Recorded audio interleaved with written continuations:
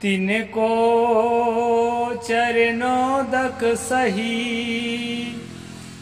तिनको महाप्रसाद, तिनको दर्शन नित्य सही, जिनकी मिटी उपाध। नमस्कार दोस्तों, मैं अविनाश दास रेशनल कबीर यूट्यूब चैनल में आप सबका हार्दिक स्वागत करता हूं।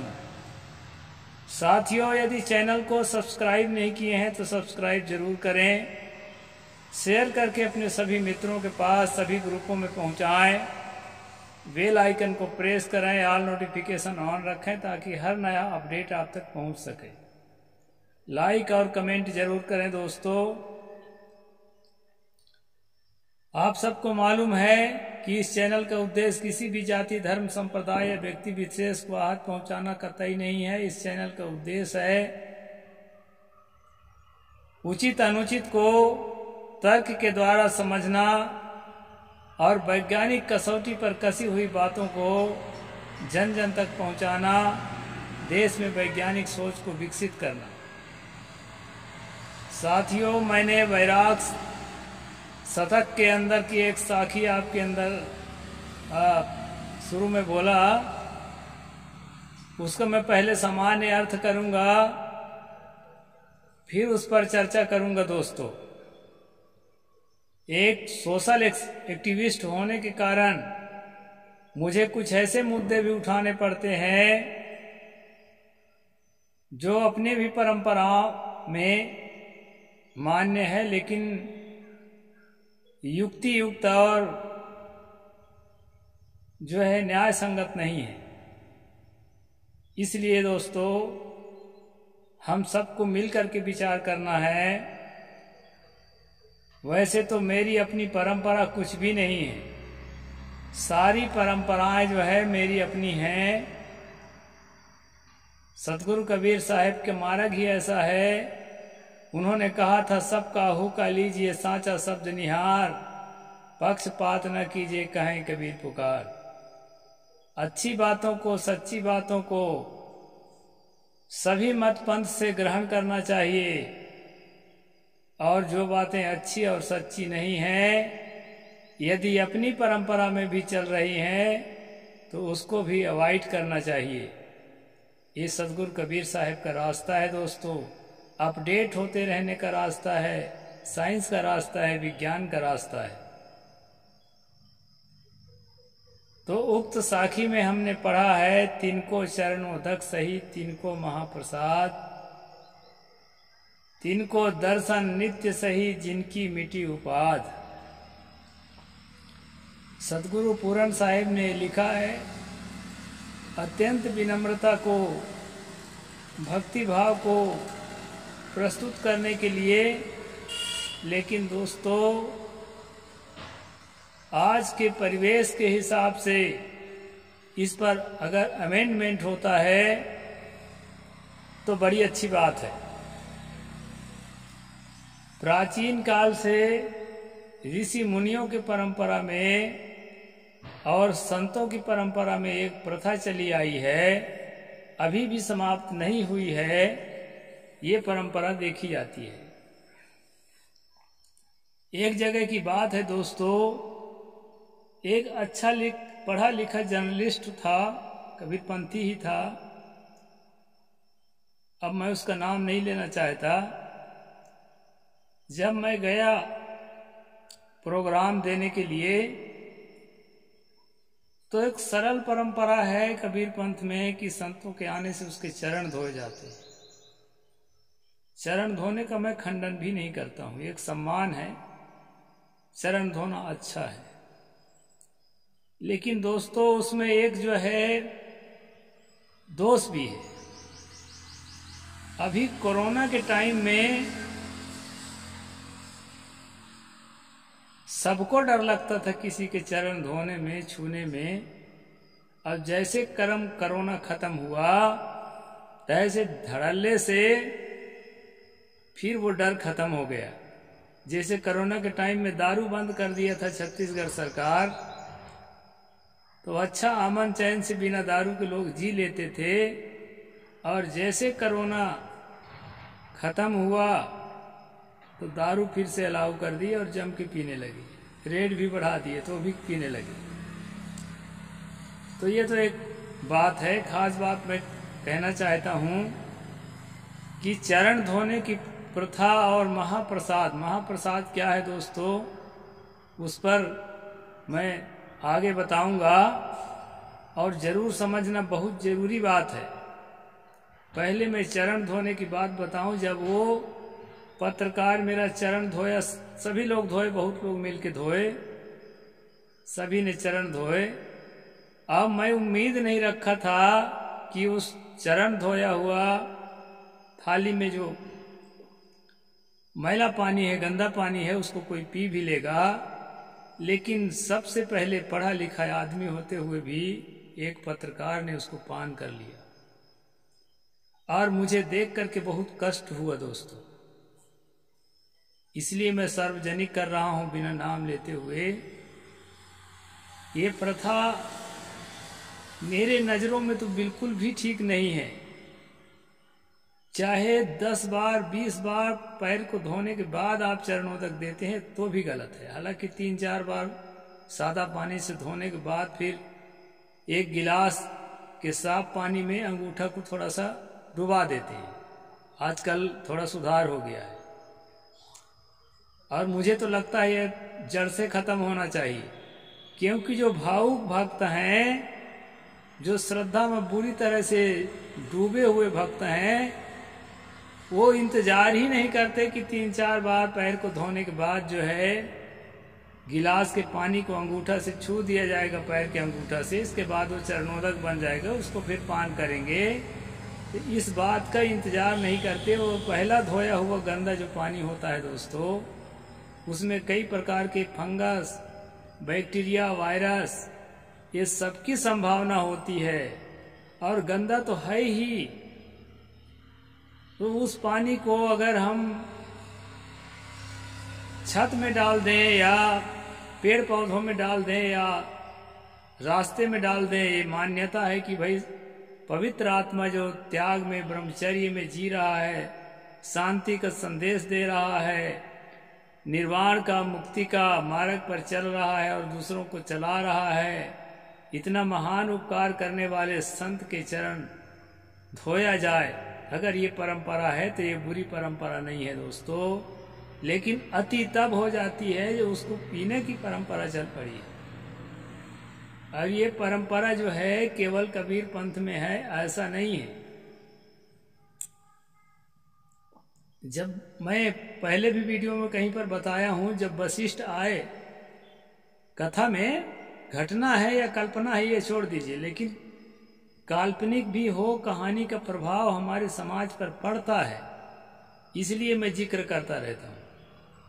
जब वशिष्ठ जी आए राम के घर में, राम राजकाज में बैठ चुके थे वनवास से लौटने के बाद, तो वहाँ पर तुलसी गोसाई ने वर्णन किया है, अति आदर रघुनायक कीन्हा, पद पखारी पादोदक लीन्हा।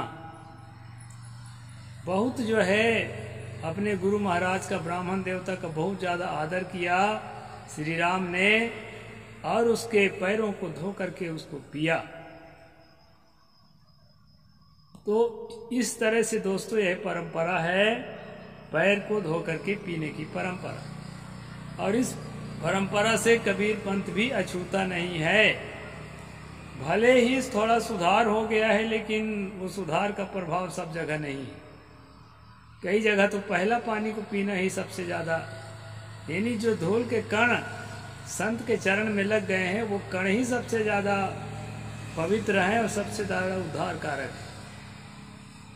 ऐसी जो भावना है दोस्तों, ये जो है अंधभक्ति की श्रेणी में आती है मेरे ख्याल से। कई संतों को जो सुन रहे होंगे मेरी बात को, उनको हो सकता है ठीक ना लगे, उनसे मैं क्षमा प्रार्थी हूँ, लेकिन अपनी बात तो कहना जरूरी है। आज हम विज्ञान के युग में जी रहे हैं। अपने उपयोग करते हुए तौलिया अपने सगे भाई को उपयोग नहीं करना चाहिए। अपना साबुन स्वयं उपयोग करना चाहिए। अपना साबुन दो व्यक्ति एक साबुन को उपयोग नहीं करना चाहिए। और जो है अनेक प्रकार की ऐसी चीज़ें हैं जिसमें जो है एक दूसरे को शेयर नहीं करना चाहिए। डॉक्टर भी आपको रिकमेंड करते हैं। तो साथियों, विज्ञान की दृष्टि से भी, और आज प्रदूषण का ज़माना है, इम्यूनिटी पावर बहुत कम हो चुका है लोगों का। पहले इम्यून सिस्टम इतना मजबूत रहा, इम्यूनिटी पावर इतना ज़्यादा प्रबल होता था प्राकृतिक जीवन जीने के समय में कि 2-4 बैक्टीरिया वायरस फंगस अगर शरीर में चल भी दिया ना तो कोई खास फर्क नहीं पड़ता था, और जानते भी नहीं थे क्या बैक्टीरिया क्या वायरस है। नुकसान भी होता था, झेलते थे, ज़्यादा हुआ तो मर जाते थे। लेकिन दोस्तों, अब जानकारी भी हो चुकी है लोगों को, और जो है अब प्रदूषण ज़्यादा होने के कारण खतरा भी ज़्यादा है। इसलिए चरण धोना बहुत अच्छी बात है, लेकिन उसको पीना अच्छी बात नहीं है, ऐसा मेरा ख्याल है। साहब ने कहा, तिनको चरणोदक सही तिनको महाप्रसाद। निर्वाण के मार्ग पर चलते हुए सहज अवस्था में जीते हुए उस संत के चरण का चरणोदक जो है पवित्र है, और उसका महाप्रसाद भी पवित्र है, ऐसा इस साखी में कहा गया है। और तिनको दर्शन नित्य सही, अगर रोज उसका दर्शन कर पाते हैं, एक नज़र देख लेते हैं, उससे भी जीवन में मानसिक शांति और पवित्रता आती है। तिनको दर्शन नित्य सही जिनकी मिटी उपाधि, जो अपने मन की उपाधि को मिटा चुके हैं, उनके अंदर तृष्णा की लहर नहीं है, उनके अंदर काम क्रोध की लहर नहीं है, उनके अंदर राग द्वेष की लहर नहीं है, और मन एकदम शांत है, स्तब्ध है, और जो है गहरे समुद्र की गहराई की तरह उसके अंदर जो है शांति की, कहना चाहिए कि स्थापना हो चुकी है। ऐसे महान संत जो अपने मानसिक उपाधियों को मिटा चुका है, वो पूजा के योग है। तथागत के मार्ग में भी संतों की पूजा की बहुत महिमा गाई गई है।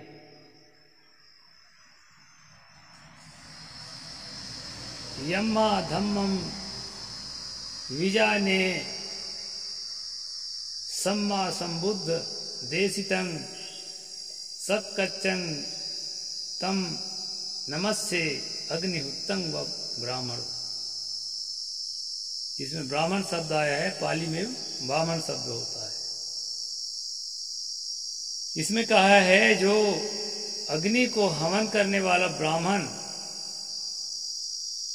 जिस पवित्र भावना से आग की हवन करता है, उसी पवित्र भावना से उस व्यक्ति को देखो, उस व्यक्ति के साथ ट्रीट करो, उस व्यक्ति के साथ बिहेव करो, जिससे सम्यक संबुद्ध द्वारा दिए गए देशना तुम्हें प्राप्त होता है।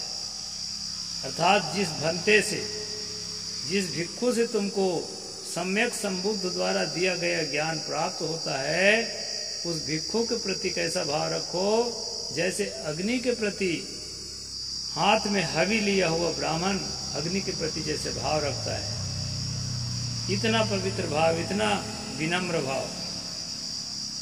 तो पवित्र संतों की पूजा सेवा की बात सभी मतांतरों में है, लेकिन उसमें जब अति होने लगती है वो नुकसानदायक है दोस्तों।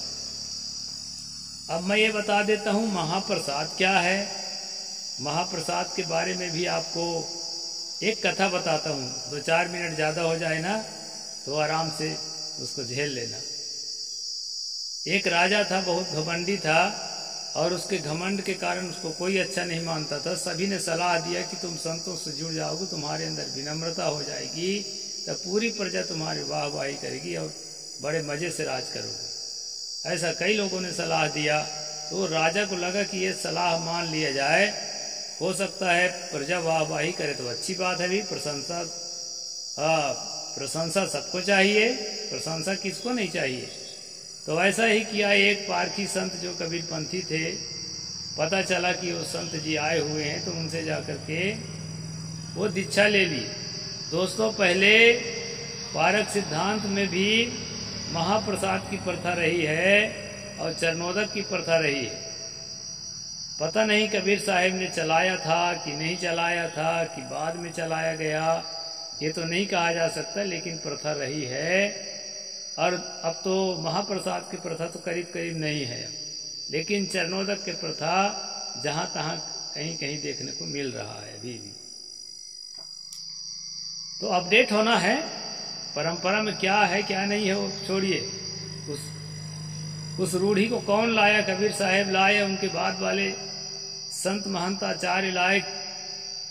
अपने अपने जगह में हर आचार्य की महत्ता होती है, उसके आदेशों को माना जाता है। तो बीच बीच में जो भी विद्वान हुए हैं अपने ढंग से लाते गए होंगे, तो इसको बहुत सोचना नहीं है। जो उचित नहीं है उसका अमेंडमेंट होना चाहिए, संशोधन होना चाहिए।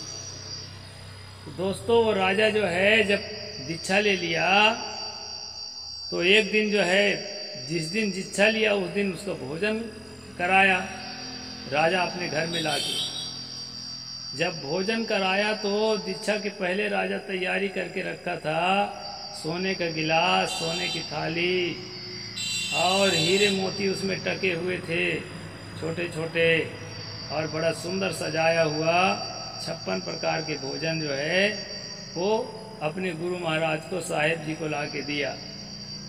जैसे भक्तों के घर अभी भी संत महात्माओं को देते हैं सम्मान के साथ। भेंट किया, पूजा किया, सब किया, भोजन बढ़िया कराया।